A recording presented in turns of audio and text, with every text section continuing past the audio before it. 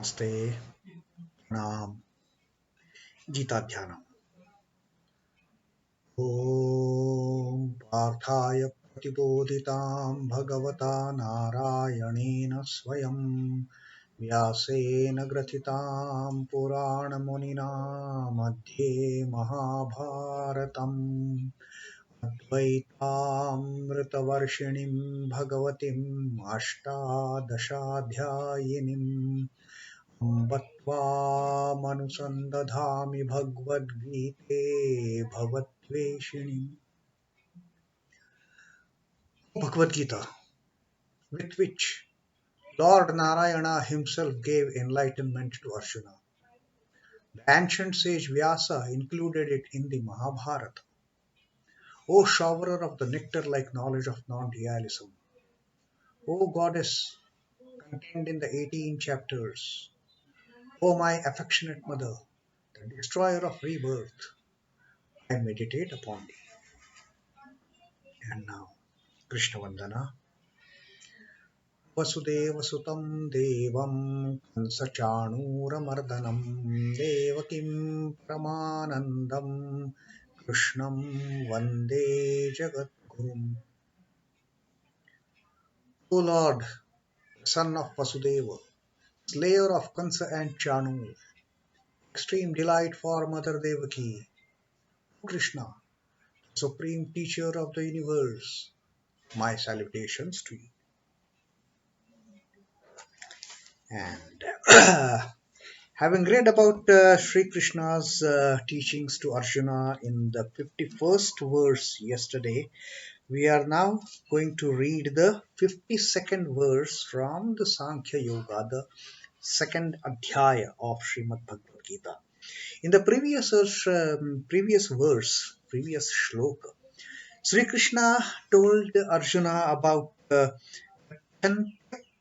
Namayam, how a person can go to the state of which is free from evil, state which is free from this perishable the nature, and goes beyond the dualities.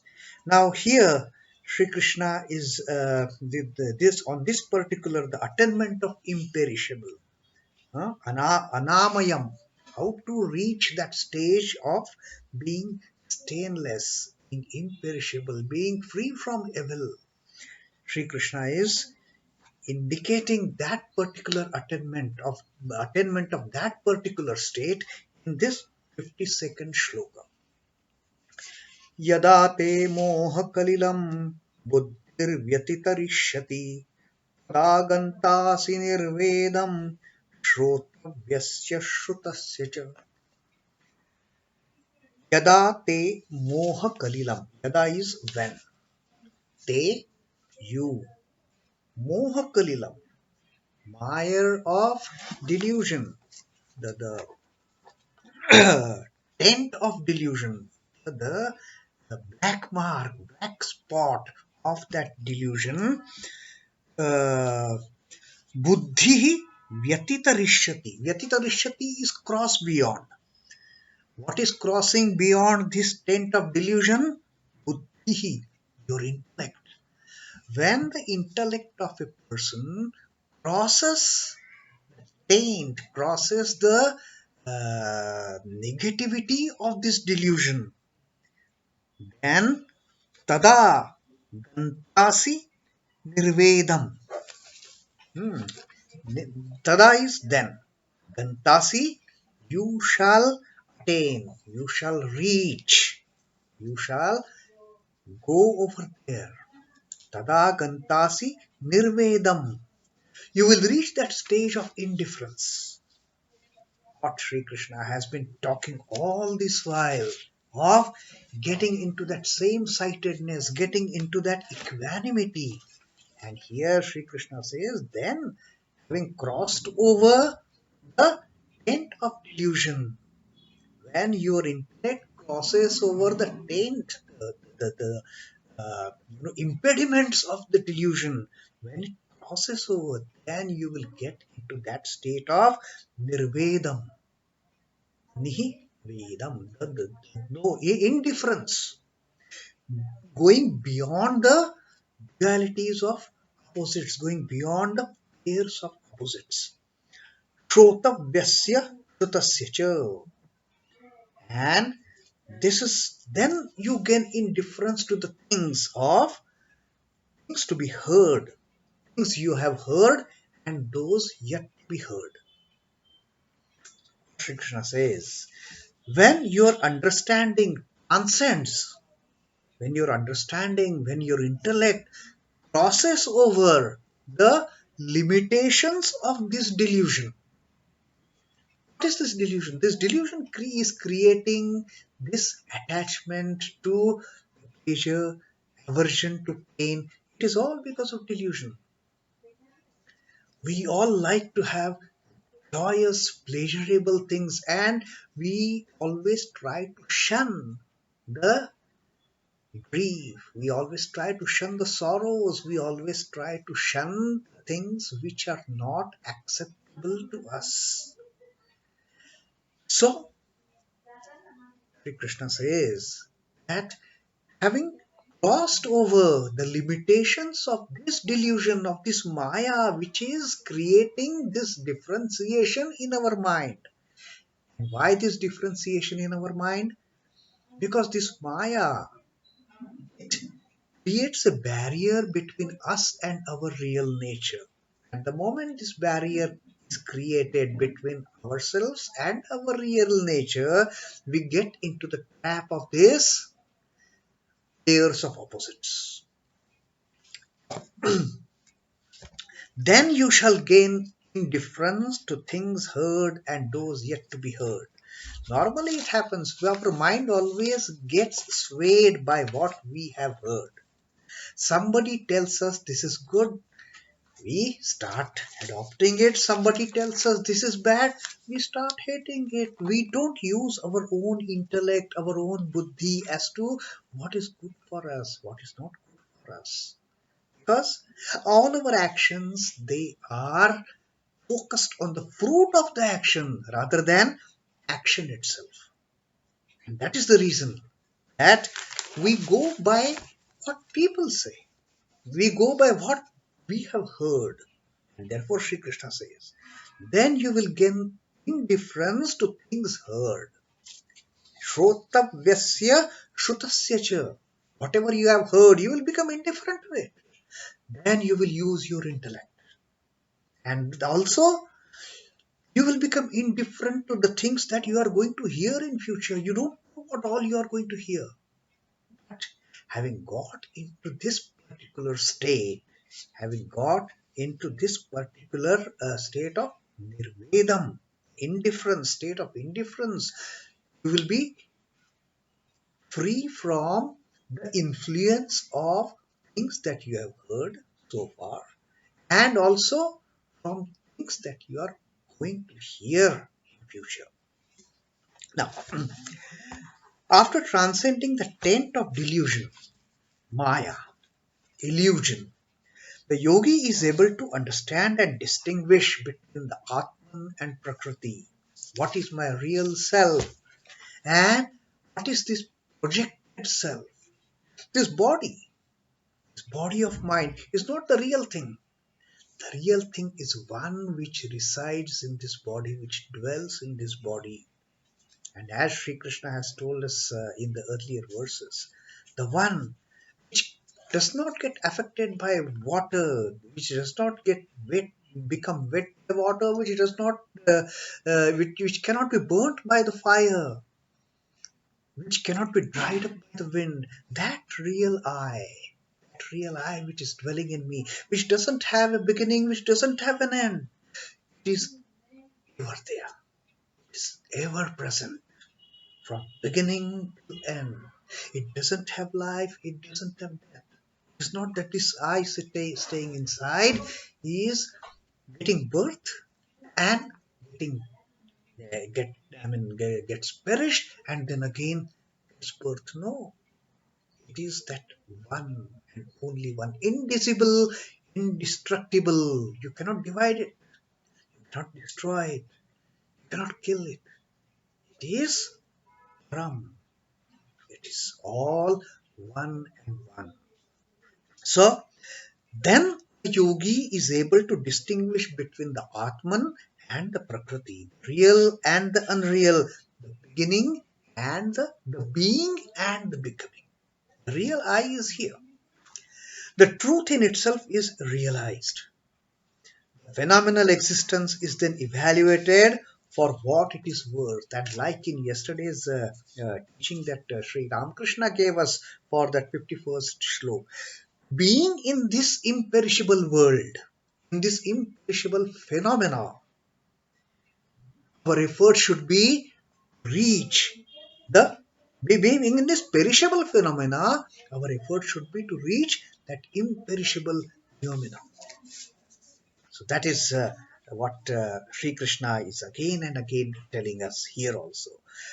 The truth in itself is realized, the phenomenal existence is then evaluated for what it is worth.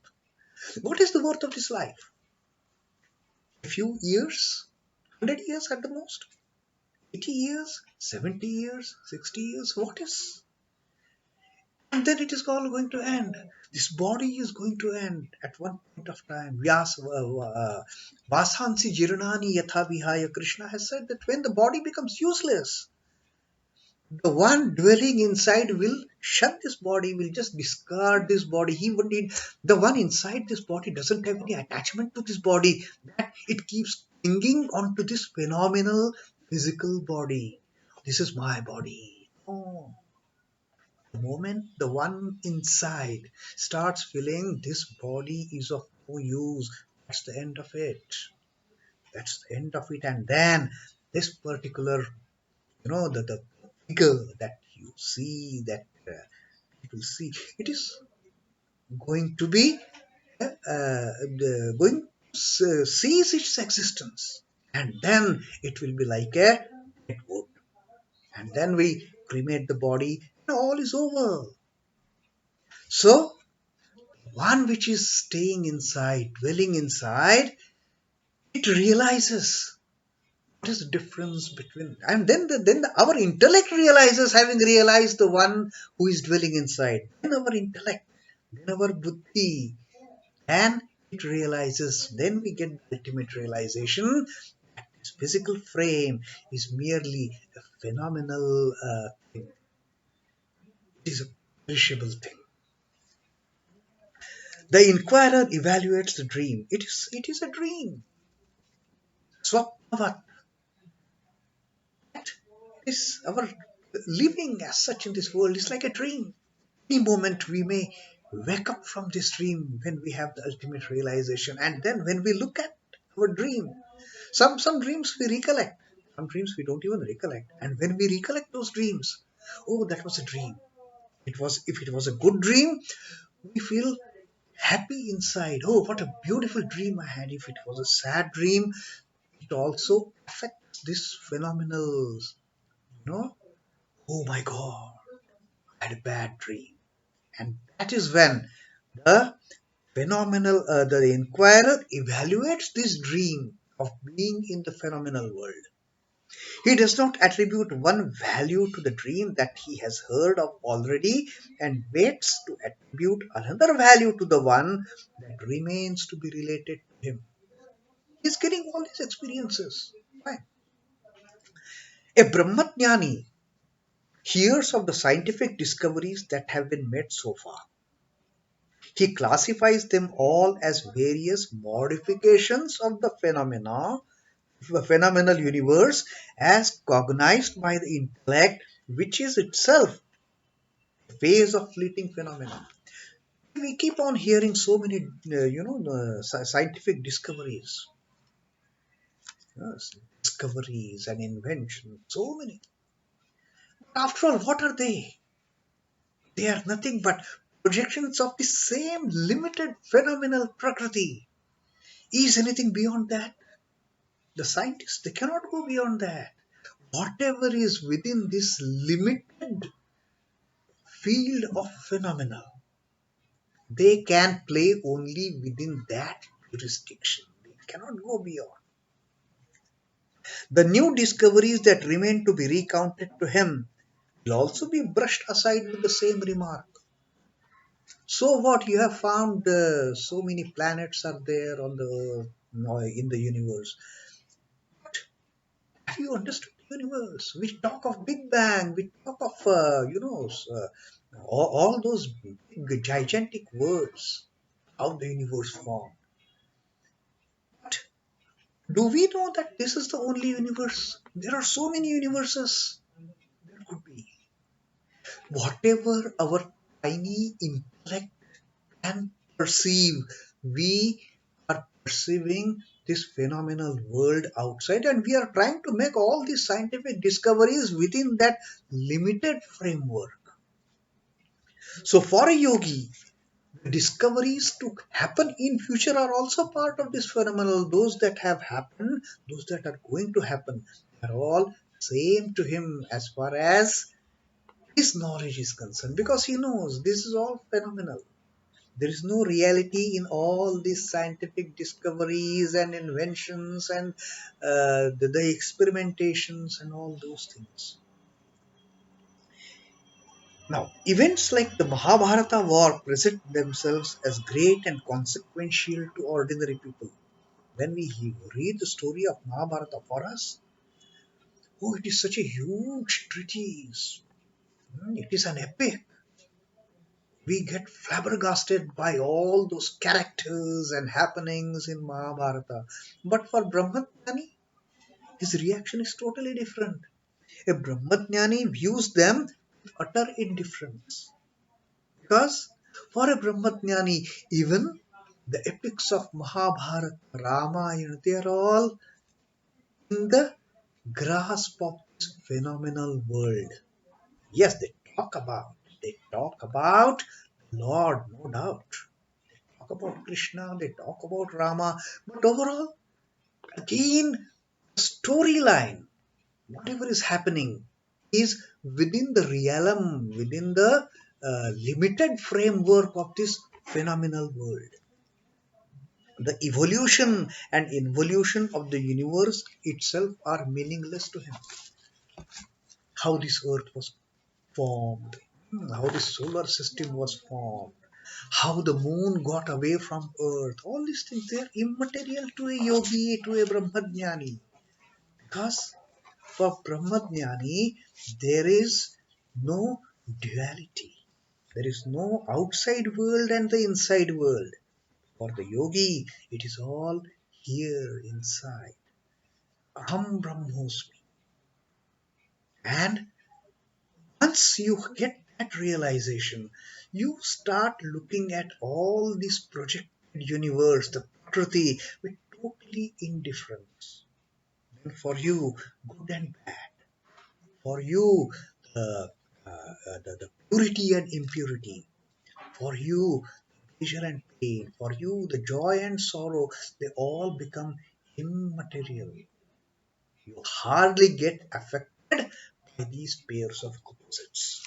So that is what Sri Krishna has told us in this 52nd shloka of getting into that state of nirvedaṁ, the indifference.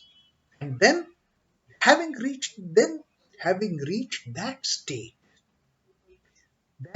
of yogi, that state of buddhi, having attained, then we are not perturbed, we are not bothered by things that we have heard and things that we are going to hear in future. So what? It is indifferent. So that is our reading of 52nd shlok of Sankhya Yoga today. Om Namo Bhagavate Vasudevaya. Sri Krishna Arpanamastu. Jai Sri Ram Krishna. Jai Thakur. Jai Swami.